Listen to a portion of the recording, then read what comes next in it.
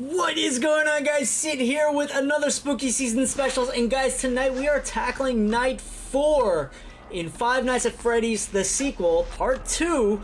And guys, if you missed the previous videos, we did tackle nights 1, 2, and 3. I did go cold turkey in nights 1 and 2, and then I had to determine what the strategies were going to be. So again, thank you to the Five Nights at Freddy's veterans on YouTube. You guys really helped me clear this level in no time flat. And guys, night 4 in Five Nights at Freddy's part 2 on the PlayStation 5 and PlayStation 4 port, right, respectively, it is a little different than the PC counterpart, simply because you do span across the screen a little different, the timing's a little different, the input's a little different, but aside from that, it's almost a perfect port. It's much better than the original port.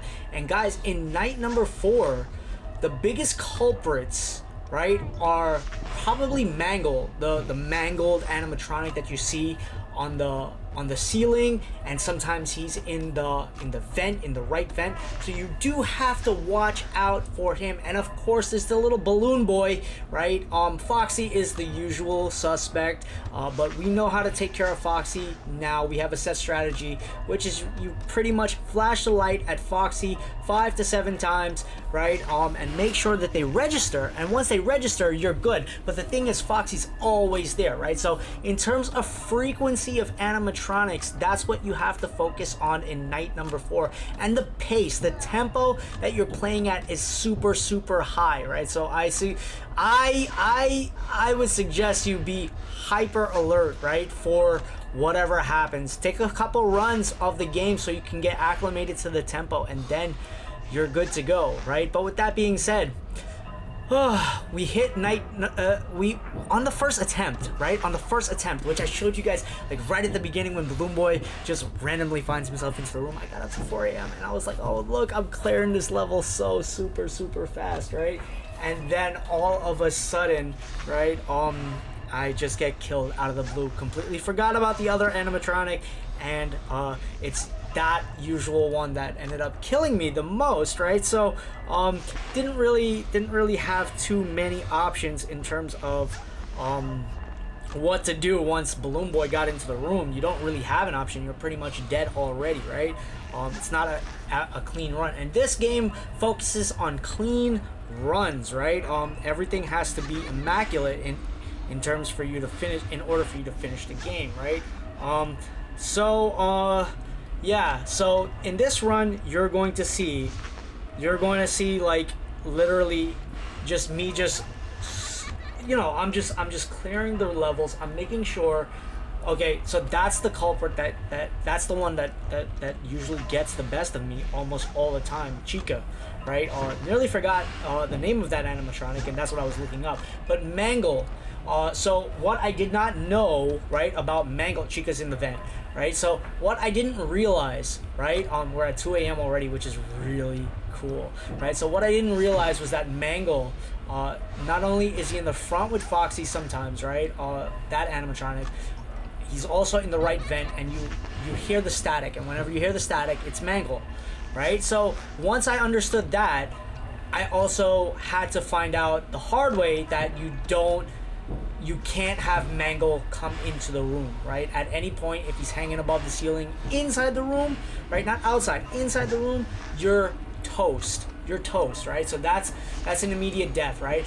And so the main tactic that you need in this game is that when you turn on the security camera, right, aside from the lights, of course, hitting the flashlight and everything, the main tactic you're gonna need to get, the main muscle memory that you're gonna need to have, is that when you come out of the security camera, you have to drop your Freddy Fazbear's mask immediately, right? You don't want to have that mask off when you take off the security camera. It has to be reflexive in nature, right?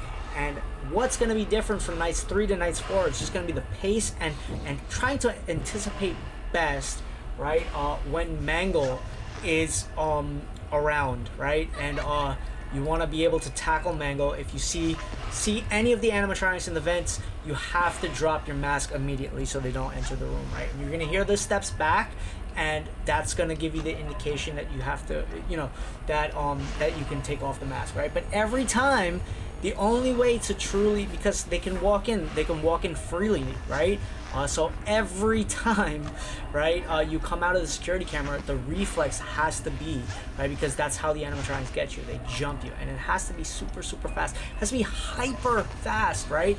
Has to be at a competitive level. Like in any other game, you're playing at a Division 1 level, just for example, right? So the reason why we're tackling Five Nights at Freddy's Part 2, night number 4 tonight in particular, is because I tried playing on the FIFA 21 RTG all day yesterday, and servers were just absolute trash. They were scummy, and I couldn't level up, right? I was taking my sweet time the day before, right? But also I was really busy in terms of priorities, right? So I was like, oh, let me, you know, I was gonna spend yesterday, once I got the time, once I got around to, you know, gaming, I was gonna, you know, climb up from D4 to D3, right? And I only had 3 matches to play, 3 consecutive wins to win in order to go up to D3, right?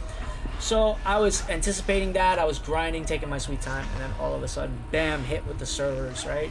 And that's pretty much what everyone was going through, right? We were getting hit with nasty server disconnects, and by the time I got into clean matches, right, it was against like super hard opponents, and then it's not even that they were super hard. It was just a super frustrating night, a super frustrating experience, right? Because you didn't know if you were either going to get hit with a disconnect or a hardcore match, or, you know, by the time you wanted to play, you couldn't play comfortably, essentially, right? So I had to take a step back and instead focus on spooky season specials. And guys, for Halloween, this is absolutely perfect because look how we're clearing this level. It's absolutely crazy. So the death reel right at the beginning signals, you know, how hard the game is, right? Especially if you can do everything right and you can still die, right? But guys, we hit 6 a.m. We hit 6 a.m. and then we get this spooky scene again, right?